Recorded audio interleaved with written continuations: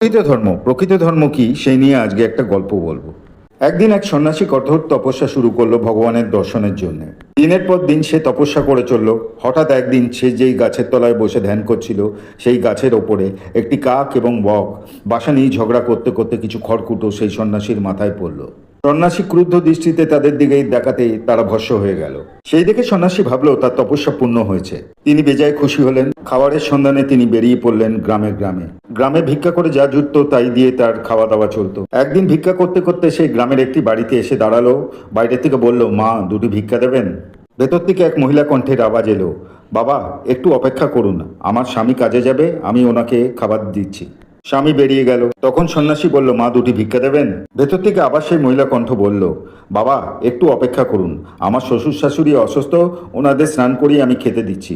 সন্ন্যাসী তখন মনে মনে ভাবতে থাকলো, এই পাষণ্ড মহিলা আমার ক্ষমতা জানে না।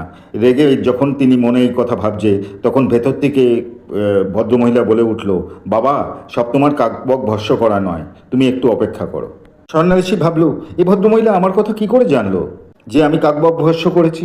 এমন দেবীর দর্শন না করে আমি এখান থেকে যাব না।